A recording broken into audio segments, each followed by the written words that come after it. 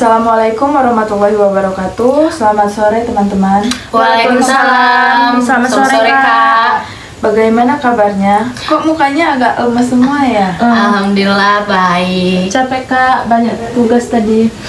Oh begitu ya. Jadi teman-teman di sini baru selesai kuliah langsung mengikuti konseling ini ya? Iya Kak, tadi dari kuliah dulu langsung ke sini. Baik, di sini perkenalkan nama saya Junior. Saya sebagai konselor kalian. Sebelumnya di sini udah pada kenal semua belum? Belum. Baik, dimulai perkenalan dari sebelah kanan saya. Baik, saya dulu ya, nama saya Ivo, jurusan saya Ekonomi Syariah, saya masih semester 4 dari Fakultas PEBI. Saya Rima Utami, saya juga dari jurusan Ekonomi Syariah semester 4 dari UIN Radenitan. Nah, saya Mira Anggraini dari jurusan Agronomi dan Hortikultura semester 4 dari Fakultas Pertanian Universitas Lampung. Oke, kita sekarang kan jadi sudah mengenal teman-teman dari berbagai jurusan dan asal yang berbeda. Tapi sebelum kita memulai suatu hal, alangkah lebih baiknya kita berdoa terlebih dahulu agar sesi kali ini berjalan lancar.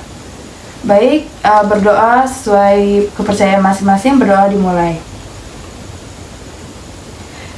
Dan berdoa selesai. Jadi di sini kalian sudah tahu kenapa kalian di sini dikumpulkan? Belum Kak. Di sini kita akan melaksanakan sesi konseling kelompok. Apakah sudah tahu apa itu sesi kelompok? Belum. Baru kali ini Kak. Oh, di sini baru pertama kali ya mengikuti konseling kelompok. Iya, Baiklah. Saya jelaskan terlebih dahulu tentang konseling kelompok. Konseling kelompok itu konseling dalam format kelompok dan menjadi bahasanya adalah masalah pribadi teman-teman di sini.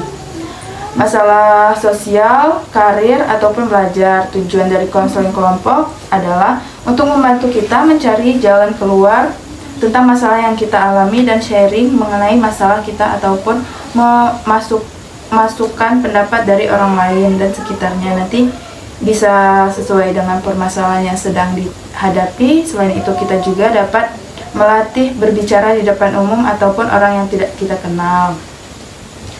Namun yang perlu kita perhatikan di sini adalah masalah yang dibahas di sini tidak boleh sampai disebarluaskan ke orang lain atau di orang yang di luar sana. Dengan kata lain sifat rahasia. Sebelum kita mulai menceritakan masalah pribadi, bagaimana kalau kita permainan dulu biar suasananya enak? Nggak usah Kak, soalnya kelamaan, langsung ke intinya aja. Iya Kak, langsung ke inti aja. Iya, baiklah, langsung ke tahap inti ya. Tapi sebelumnya kita buat kesepakatan waktu dulu, mau sampai jam berapa selesainya? Sampai jam 5 aja. Setengah jam aja ya. Sampai jam 5 aja Kak, soalnya kita juga masih ada Udah kegiatan sore. yang lain. Baiklah, nanti kita bisa efektifkan waktu 30 menit buat proses konseling kelompok ini. Tapi perlu kalian ketahui ada beberapa asas yang harus kita patuhi dalam konseling kelompok saat ini. Ada 2 asas, yaitu asas kerahasiaan dan asas keterbukaan. Asas kerahasiaan adalah asas yang menekankan pada segala sesuatu yang dibahas dan muncul dalam kegiatan kelompok tidak boleh disebarluaskan keluar kelompok. Dan asas keterbukaan, asas yang menekankan pada semua anggota kelompok baru terbuka dalam menyampaikan masalahnya tanpa adanya keraguan dan rasa khawatir dari anggotanya. Baik. Apakah kalian sudah paham apa yang saya jelaskan tentang asas-asas asas dalam sesi kelompok pada sore ini? Sudah Kak. Langsung ke intinya aja Kak. Oke, semuanya kita ulas dulu tentang konseling kelompok. Apakah ada yang masih bingung tentang konseling kelompok dan cara menyampaikan pendapatnya? Kalau masih ada yang belum paham, kita bisa kembali ke tahap sebelumnya. Kalau sudah paham, maka kita lanjut ke tahap pembahasan. Bagaimana teman-teman, sudah siap atau masih bingung?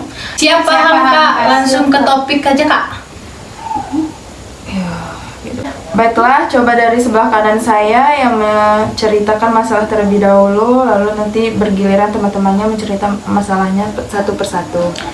Jadi masalah saya di sini tentang manajemen waktu, Kak. Saya belum pernah bisa menempatkan kapan waktu yang tepat untuk mengerjakan tugas, menonton film, terus main ataupun belajar. Saya juga pernah mengikuti organisasi, tapi ternyata waktu yang saya itu tuh keteter. Jadi akhirnya saya tidak mengikuti organisasi, tapi tetap saja belum bisa mengatur jadwal.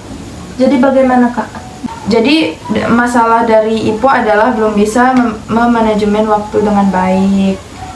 Jadi yang di sebelahnya, Jadi kan saya itu ada temen kos saya itu ngajak saya pindahan kosan, Kak. Tapi ibu kos saya itu orangnya baik banget sama saya, kebutuhan saya itu selalu dikasih. Nah, saya itu bingung, saya itu harus ikut teman saya pindah kos atau tetap bertahan di kosan saya. Jadi gimana, Kak?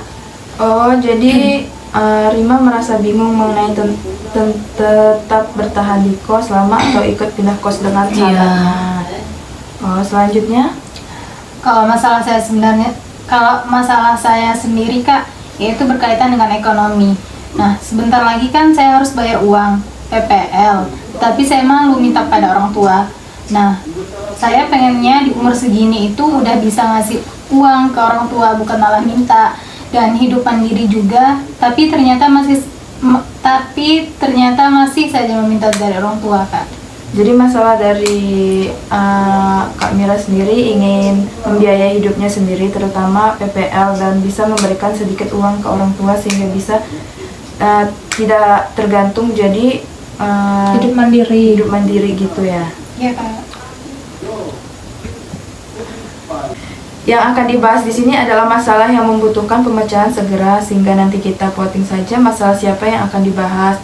Bagi teman-teman yang masalahnya belum dibahas di sini, bisa kita lanjutkan di sesi konseling individu maupun kelompok yang akan diadakan hari mendatang, atau bisa langsung ke saya untuk mengkonsultasikannya. Dari teman-teman di sini setuju siapa yang masalahnya akan dibahas kali ini?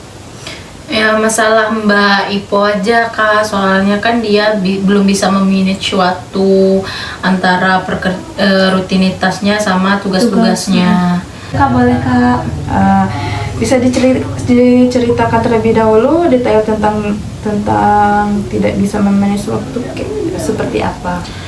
Baik, Kak, jadi kan begini, saya kan anak fakultas PB yang notabene banyak tugas terus tuh, tapi saya belum bisa mengatur jadwal harus kapan membuat tugas, mengerjakan hal lainnya ataupun main. Kadang waktu malam mau membuat tugas malah membuka file film, terus malah nonton sampai selesai, akhirnya buat tugasnya jadi molor dan jatah tidurnya berkurang.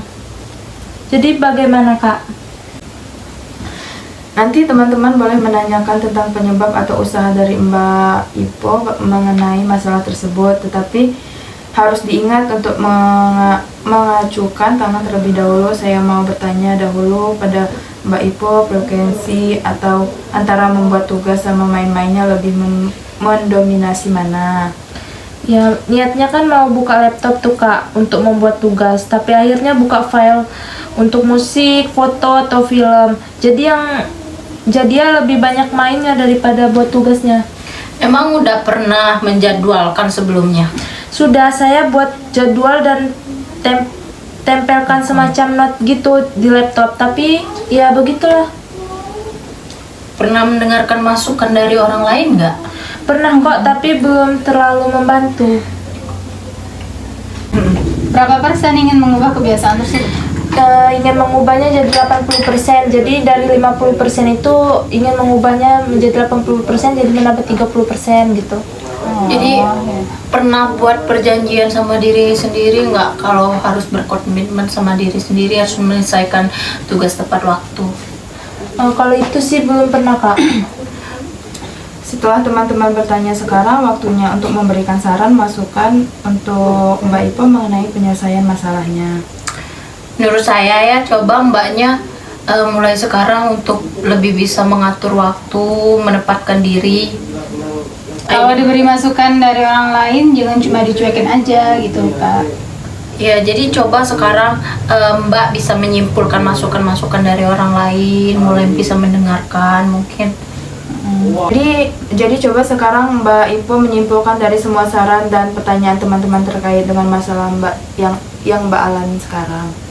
Membuat jadwal kapan mau membuat tugas dan kapan boleh main-main. Lalu jangan cuek terhadap masukan saran dari orang lain dan menghapus file film terbaru. Tapi nanti kalau tugasnya sudah selesai boleh mencarinya lagi di Google, di mana banyak.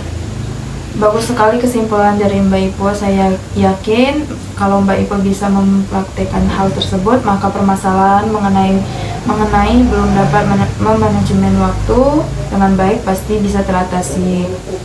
Nanti setelah sesi konseling kelompok ini berakhir, Mbak Ipo bisa melanjutkan sesi selanjutnya, yaitu konseling individu. Saya akan memberikan salah satu teknik mengenai cara manage waktu, yaitu dengan kontrak perilaku. Nanti kita akan membuat semacam kontrak yang harus dilakukan oleh Mbak Ipo. Bagi teman-teman yang tadi masalahnya belum sampai dibahas, kapan-kapan kita bisa membuat sesi konseling kelompok lagi, atau yang ingin lebih tertutup bisa melanjutkan dengan konseling individu bersama saya. Bagaimana perasaan Mbak Ipo setelah melakukan sesi konseling ini? Ya, lebih lega Kak, masalahnya sudah sedikit teratasi. Nanti saya akan coba melakukan saran dari teman-teman semua. Tidak terasa sudah hampir setengah jam kita melakukan sesi konseling ini sesuai dengan kesepakatan awal kita, bahwa sesi kali ini hanya sampai 30 menit. Kita akhiri saja sampai di sini. Diawali dengan berdoa, langkah baiknya kita mengakhiri dengan doa juga. Mari teman-teman berdoa menurut kepercayaan dan keyakinan masing-masing. Berdoa dimulai. Berdoa selesai. Terima kasih teman-teman yang sudah mau berpartisipasi dalam sesi konseling kelompok ini. Saya akhiri. Wassalamualaikum warahmatullahi wabarakatuh. Waalaikumsalam warahmatullahi wabarakatuh. Terima kasih Kak. Ya. Terima kasih Kak, selamat sore.